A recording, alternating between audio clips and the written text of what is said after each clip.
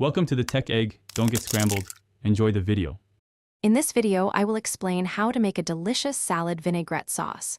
We'll start with the fundamental components, oil and acid. Understanding their roles is key to a balanced dressing.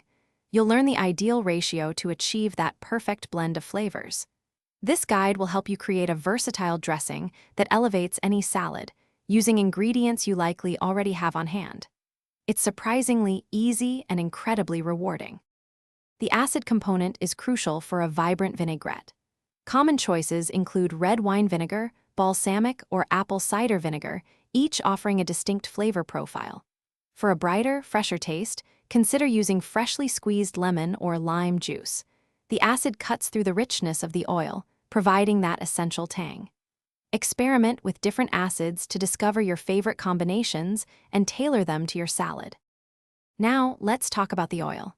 Extra virgin olive oil is a classic for its robust flavor, but lighter options like grapeseed or avocado oil are also excellent.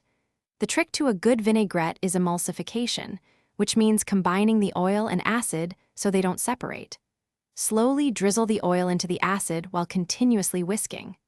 This creates a creamy, cohesive dressing that coats your greens beautifully. To truly personalize your vinaigrette, consider adding flavor enhancers.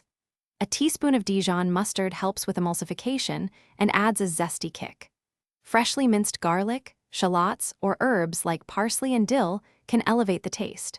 A small amount of honey or maple syrup can balance the acidity. Store your homemade vinaigrette in a sealed jar in the refrigerator for up to 5 days, shaking well before each use. Thanks for watching. Consider subscribing if I helped unscramble your problems.